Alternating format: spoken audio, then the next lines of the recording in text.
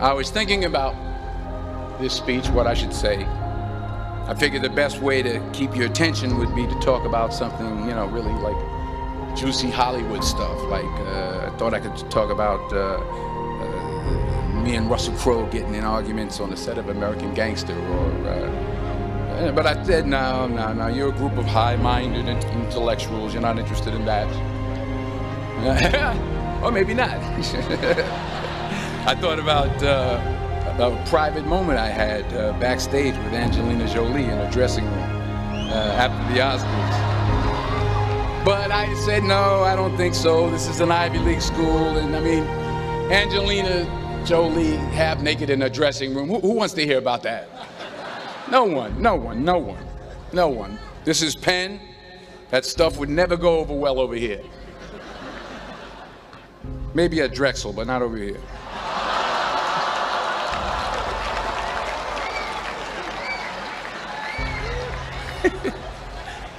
Woo, I'm in trouble now. So I was back to square one, feeling the pressure. So now you're probably thinking, if it was going to be this difficult, this much pressure, why did I even accept today's invitation in the first place? Well, my son goes here, that's number one. That's a good reason. And I always like to check to see how my money's being spent. And I'm sure there's some parents out there who can relate to what I'm talking about. Yeah. To everybody upstairs. And there were some other good reasons for me to show up. Sure, I got an Academy Award, but I never had something called a magic meatball after waiting in line for half an hour at the food truck. Yeah? Yes, I talked face-to-face with President Obama, but I never talked face-to-face with a guy named Tweeter who sings bad songs over at Smokes on Tuesday night. I never been to Buies. I never been to Hemos. Yes, I have played a detective who battles demons, but I've never been to a school in my life where the squirrel population has gone bananas.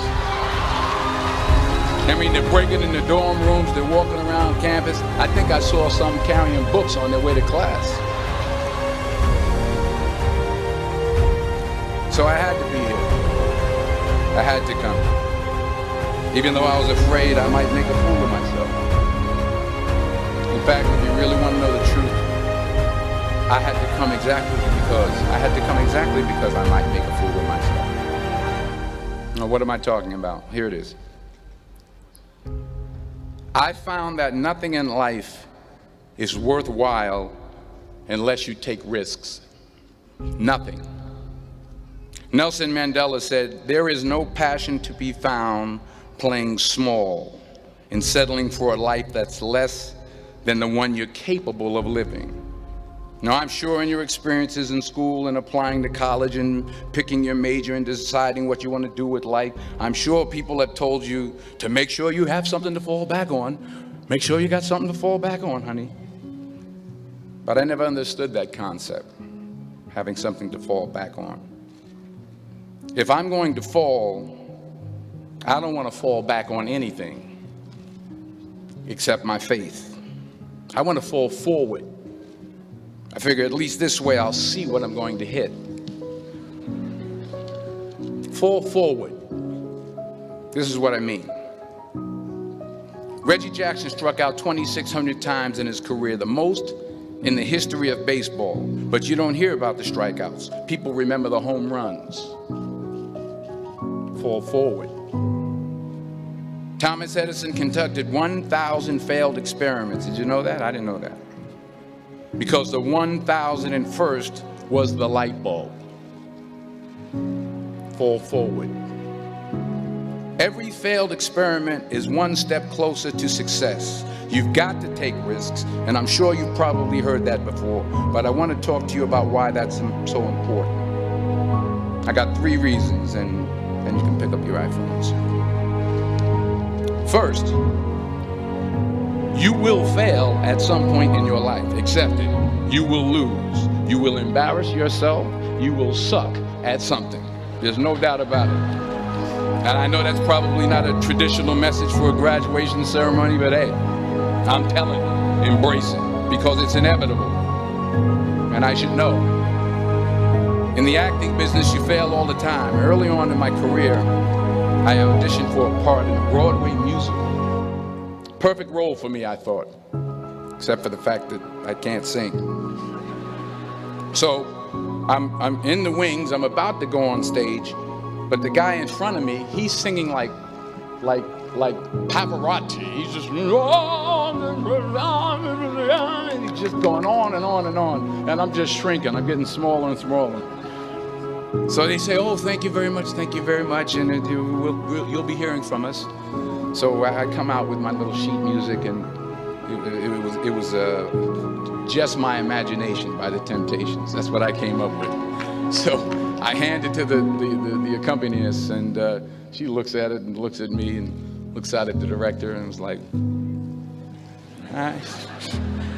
So I start, I'm going to sing. I'm like, it's just my imagination once again, and they're coming away with me. And I'm not saying anything, so I'm thinking I'm getting better. So I start getting into it. Running. This, thank you very much, Mr. Washington. Thank you. So I assumed I didn't get the job. But the next part of the audition, he called me back. The next part of the audition is the acting part of the audition. So I'm like, hey, okay, maybe I can't sing, but I know I can act. So they pair me with this guy, and again, I didn't know about musical theater. And musical theater is big, so they could reach everyone all the way in the back of the stadium. And I'm more from a realistic, naturalistic kind of acting where you actually talk to the person next to you. So I don't know what my line was. My line was, well, hand me the cup. His line was, well, I will hand you the cup, my dear. The cup will be there to be handed to you.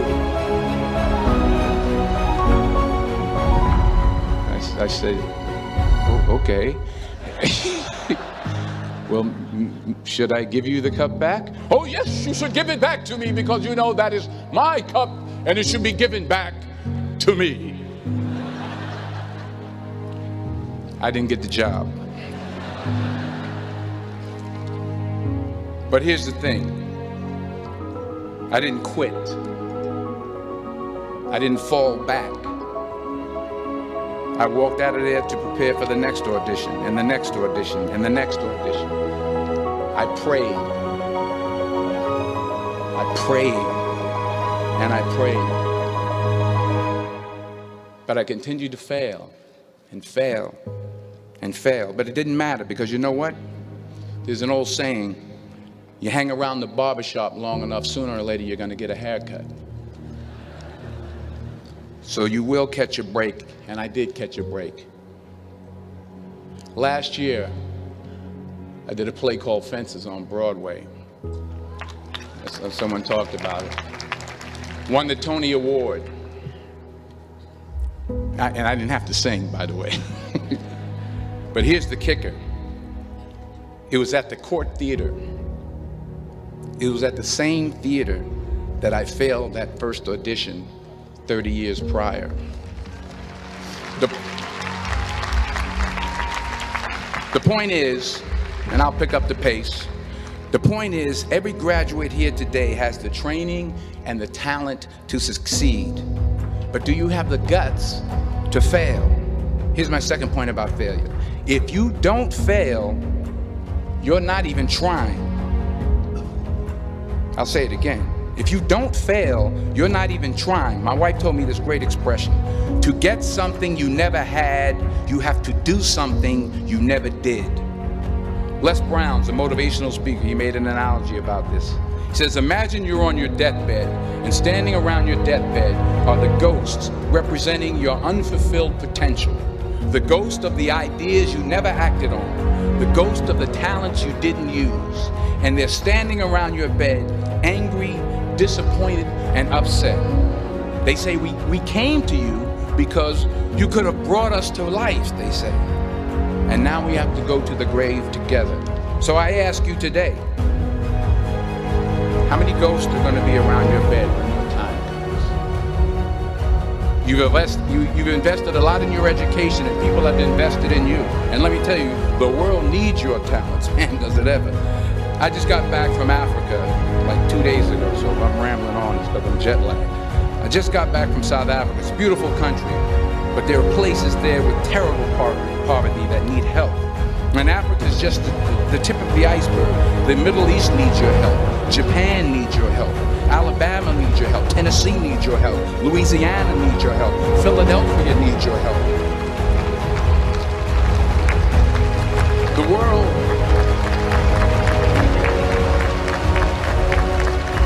The world needs a lot, and we need it from you. We really do. We need it from you young people. I mean, I'm not speaking for the rest of us up here, but I know I'm getting a little bit right now. We need it from you, the young people. Because remember this. So you got to get out there. You got to give it everything you got, whether it's your time, your talent, your prayers, or your treasures. Because remember this. You will never see a U-Haul behind a hearse.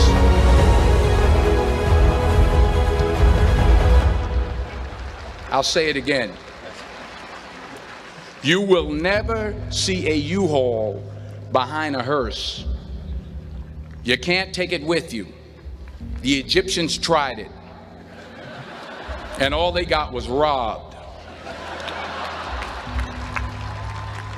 So the question is, what are you going to do with what you have? I'm not talking about how much you have.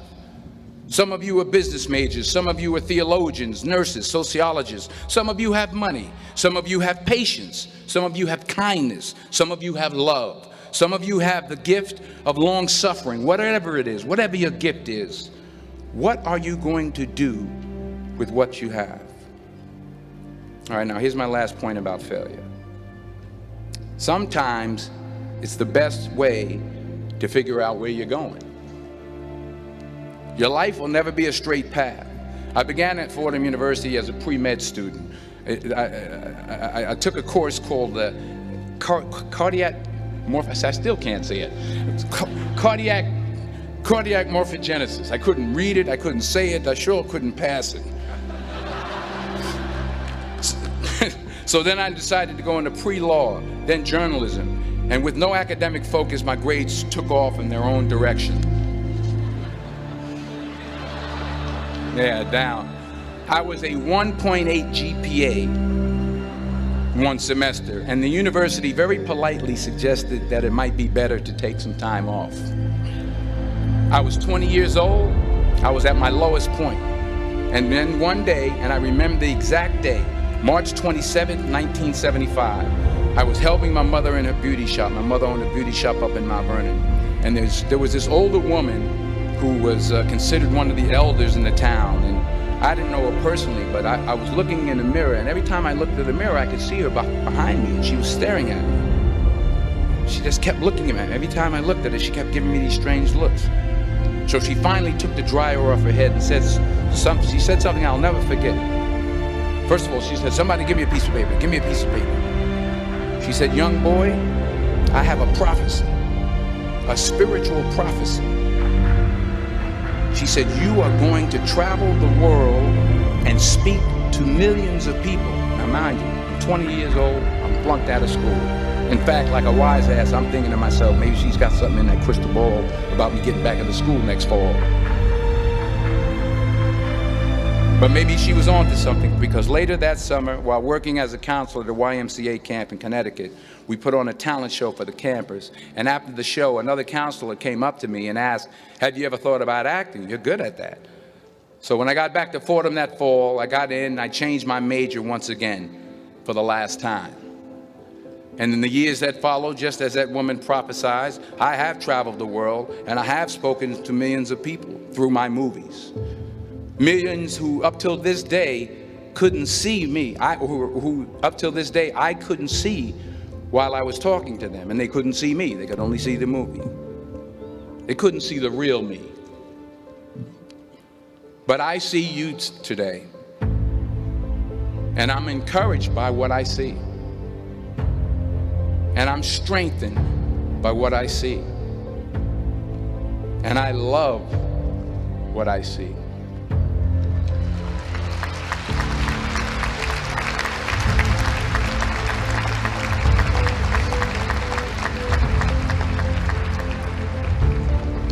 One more page, and I'll shut up. Let me conclude with this one final point, and actually the president kind of brought it up. It has to do with the movie Philadelphia. She stole my material. Many years ago, I did this movie called Philadelphia. We filmed some of the scenes right here on campus. Philadelphia came out in 1993. Most of you were probably still in diapers. Some of the professors too. But that cracked me up.